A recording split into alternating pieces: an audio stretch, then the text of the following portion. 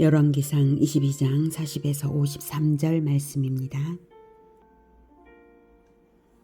아합이 그의 조상들과 함께 자매 그의 아들 아하시아가 대신하여 왕이 되니라.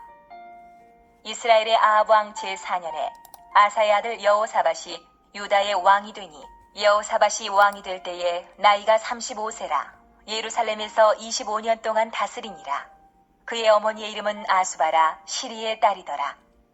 여호사밧이 그의 아버지 아사의 모든 길로 행하며 돌이키지 아니하고 여호와 앞에서 정직히 행하였으나 산당은 폐하지 아니하였으므로 백성이 아직도 산당에서 제사를 드리며 분향하였더라. 여호사밧이 이스라엘의 왕과 더불어 화평하니라. 여호사밧의 남은 사적과 그가 부린 권세와 그가 어떻게 전쟁하였는지는 다 유다 왕 역대 지략에 기록되지 아니하였느냐. 그가 그의 아버지 아사의 시대에 남아있던 남색하는 자들을 그 땅에서 쫓아내었더라. 그때에 에돔에는 왕이 없고 섭정 왕이 있었더라.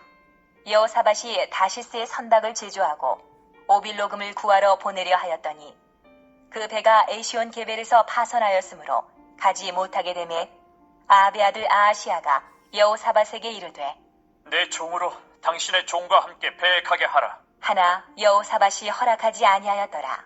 여호사밧이 그의 조상들과 함께 자매 그의 조상 다윗성에 그의 조상들과 함께 장사되고 그의 아들 여호람이 대신하여 왕이 되니라.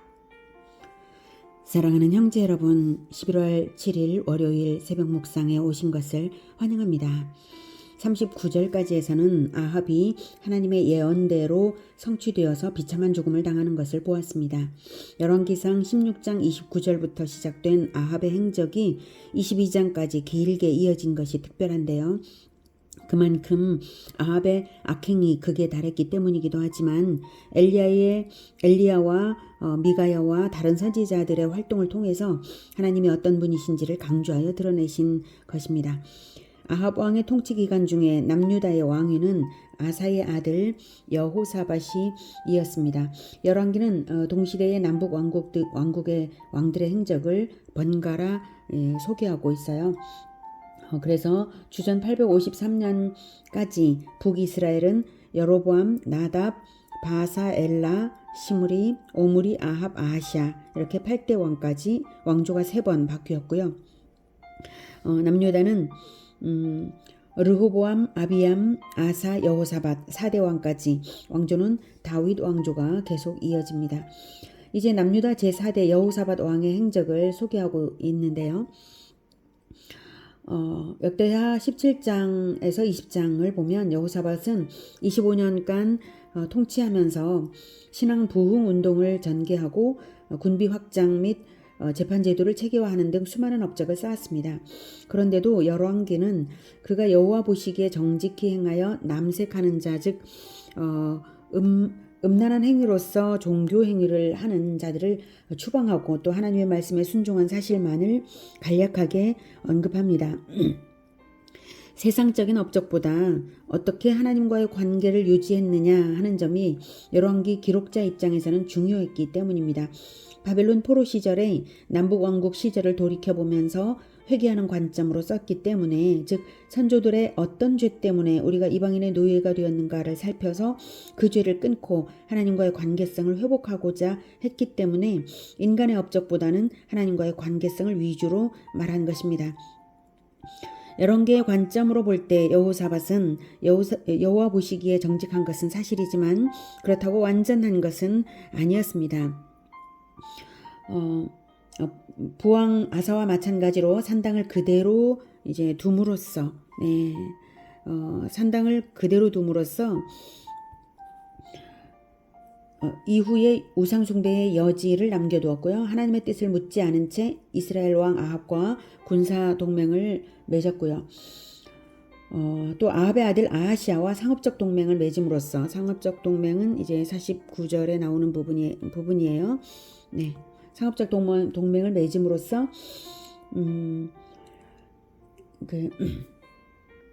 북쪽의 우상숭배 물결이 남쪽으로 밀려올 수 있는 가능성을 열어놓았던 것입니다. 그럼에도 불구하고 정직하고 선한 왕이라는 높은 평가를 받은 것은 그가 다윗을 본받아서 자기 죄를 돌이킬 줄 알았다는 이유 때문일 것입니다. 49절이 그것을 말해 줍니다. 한편 이제 47절부터 보겠는데요. 47절부터 그때 에돔에는 왕이 없고 섭정왕이 있었더라. 이것을 말하는 이유는 여호사밧 시대에 에돔은 유다가 섭정왕을 세워 다스리는 유다의 속국이었어요. 그래서 에돔의 영토인 에시온게벨에서 48절에 에시온게벨이 나오죠. 에돔의 영토인 에시온게벨에서 선박을 제조할 수 있었다는 근거로서 말한 것입니다. 48, 49절 여호사밧이 다시스에 선박을 제조하고 오빌로 금을 구하러 보내려 하였더니 그 배가 에시온게벨에서 파선하였으므로 가지 못하게 되매 아합의 아들 아하시아가 여호사밧에게 이르되 내 종으로 당신의 종과 함께 배에 가게 하라 하나 여호사밧이 허락하지 아니하였더라라는 부분이 바로 자기 죄를 돌이킨 부분입니다. 여호사밧이 이처럼 거절한 이유는 아하시아의 요청을 거절한 이유는 배의 파선이 아하시아와 같은 악한 자와 동맹을 맺은 데 대한 하나님의 징계였음을 알았기 때문입니다. 역대하 20장 35에서 37절에 그게 나옵니다. 유다 왕 여호사밧이 나중에 이스라엘 왕 아하시아와 교제하였는데 아하시아는 심히 악을 행하는 자였더라. 두 왕이 서로 연합하고 배를 만들어 다시스로 보내고자 하여 에시온 게벨에서 배를 만들었더니 마레사 사람 도다와후의 아들 엘리에셀이 여호사밧을 향하여 예언하여 이르되 왕이 아시아와 교제함으로 여호와께서 왕이 지은 것들을 파하시리라 하더니 이에 그 배들이 부서져서 다시스로 가지 못하였더라.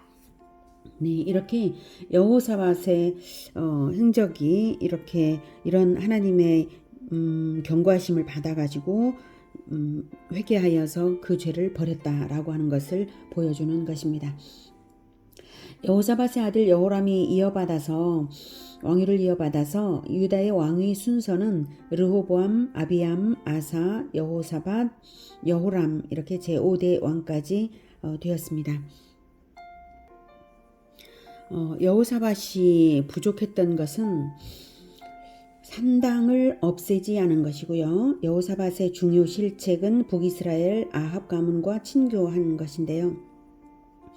산당을 없애지 않았다는 것을 말하는 이유는 산당을 없앴더라면 남유다 왕국이 포로가 되는 지경까지 오는 것을 막을 수도 있었다는 암시를 줍니다. 그렇다면 산당에서 무슨 일이 벌어졌기에 열왕기가 그것을 이렇게 인상 깊게 말하고 있는가 궁금해지죠. 훗날 산당을 발굴하여서 분석한 결과 그 결과 나타난 소위 여호와의 산당들에는 성막을 비슷하게 본떠서 여호와를 섬기는 듯이 했지만 지성소에 남신상과 여신상을 두어서 섬겼던 흔적이 나왔습니다. 남유다는 이렇듯 일반 백성들 가운데 버젓이 여호와의 이름으로 종교 행위를 한다면서 가증한 우상 숭배를 했던 것들이 그대로 존속되고 있었던 것이죠. 그러므로 왕들이 하나님의 단일 성소 명령을 지켜서 모든 산당을 폐지하고 오직 예루살렘 성전 중심의 신앙을 회복했어야 합니다. 왕은 비록 그러한 산당에 가지 않았다 할지라도 일반 백성들 사이에서는 그런 것들이 있었으므로 그것을 완전히 근절하지 못했다는 이것이 이제 부족했던 점입니다. 단일 성전 중심의 신앙은 우리에게 이제 적용하자면 하나님께서 오직 예루살렘을 중심으로 유일 성소 중심으로 신앙생활을 하라고 명령하셨지 않습니까? 바로 그 단일 성전 중심의 신앙은 오직 유일하신 구원주 예수 그리스도 중심의 신앙을 지키는 것이 바로 우리에 대한 적용입니다. 우리가 다른 어떤 요소도 가미시키지 않고 어떤 것과도 혼합되지 않고 오직 유일하신 구원주가 바로 예수 그리스도시다. 그래서 그분의 길만을 따라가야 하는 것입니다. 여호사밧이 아합 가문과 친교한 것은 결국 그 열매가 아들 여호람과 손자 아하시아대에서 나타납니다. 아들 여호람을 아합의 딸 아달랴와 결혼시켰기 때문에 우상숭배가 그로 인해서 들어왔고요. 아달랴는 남편 여호람과 아들 아하시아가 우상숭배를 하게 하더니 아들 아하시아가 죽자 왕의 일가족을 몰살하고 자기가 왕이 되었던 인물입니다. 그러므로 여호사밧은 잘했지만 여호사밧의 아들과 손자대에서는 완전히 망한 거죠. 그래서 자식 교육과 자식의 결혼 문제에서 여호사밧은 실패를 한 것이고 그것이 아주 큰 화근이 되었습니다. 51절 유다의 여호사밧 왕 제17년에 아합의 아들 아하시아가 사마리아에서 이스라엘의 왕이 되어 2년 동안 이스라엘을 다스리니라. 그가 여호와 앞에서 악을 행하여 그의 아버지의 길과 그의 어머니의 길과 이스라엘에게 범죄하게 한 느밧의 아들 여로보암의 길로 행하며 바알을 섬겨 그에게 예배하여 이스라엘의 하나님 여호와를 노하시게 하기를 그의 아버지의 온갖 행위가 치하였더라. 네, 아합의 아들 아하시아는 아주 나쁜 모본들만 배우고 자랐습니다. 악한 아버지 아합과 악한 어머니 이세벨에게서 배운 대로 행했고요. 백성들로 하여금 범죄하게 하는 점에서는 느밧의 아들 여로보암의 길로 행했습니다. 이처럼 느밧의 아들 여로보암의 길로 행한 것을 드러내는 이유는 그 악행이 백성들로 하여금 악행을 교사하는 왕이기 때문입니다. 왕의 위치가 중요한 만큼 악행의 영향력도 지대하고요. 그에 따른 심판 역시 결코 피할 수 없는 것입니다. 느밧의 아들 여로보암이 왕권을 행사했던 때로부터 세월이 많이 흘렀음에도 불구하고 계속해서 그 길로 행하는 왕들이 있고 그리고 그것을 자꾸 드러내는 이 성경의 관점을 유심히 살펴서 우리가 타인에게 악을 저지르게 하는 이런 일은 결코 있어서는 안 되는 끔찍한 일임을 깊이 알고 알아야 되겠습니다. 자, 그래서 예수님은 타인에게 죄를 짓게 하는 죄가 얼마나 심각한 죄인지를 이렇게 말씀하셨습니다. 마태복음 18장 6에서 10절 누구든지 나를 믿는 이 작은 자 중 하나를 실족하게 하면 차라리 연자 맷돌이 그 목에 달려서 깊은 바다에 빠뜨려지는 것이 나으니라. 실족하게 하는 일들이 있음으로 말미암아 세상에 화가 있도다. 실족하게 하는 일이 없을 수는 없으나 실족하게 하는 그 사람에게는 화가 있도다. 만일 내 손이나 내 발이 너를 범죄하게 하거든 찍어내 버리라. 장애인이나 다리 저는 자로 영생에 들어가는 것이 두 손과 두 발을 가지고 영원한 불에 던져지는 것보다 나으니라. 만일 내 눈이 너를 범죄하게 하거든 빼어내 버리라. 한 눈으로 영생에 들어가는 것이 두 눈을 가지고 지옥불에 던져지는 것보다 나으니라. 삼가 이 작은 자 중에 하나도 업신여기지 말라. 너희에게 말하노니 그들의 천사들이 하늘에서 하늘에 계신 내 아버지의 얼굴을 항상 배움느니라.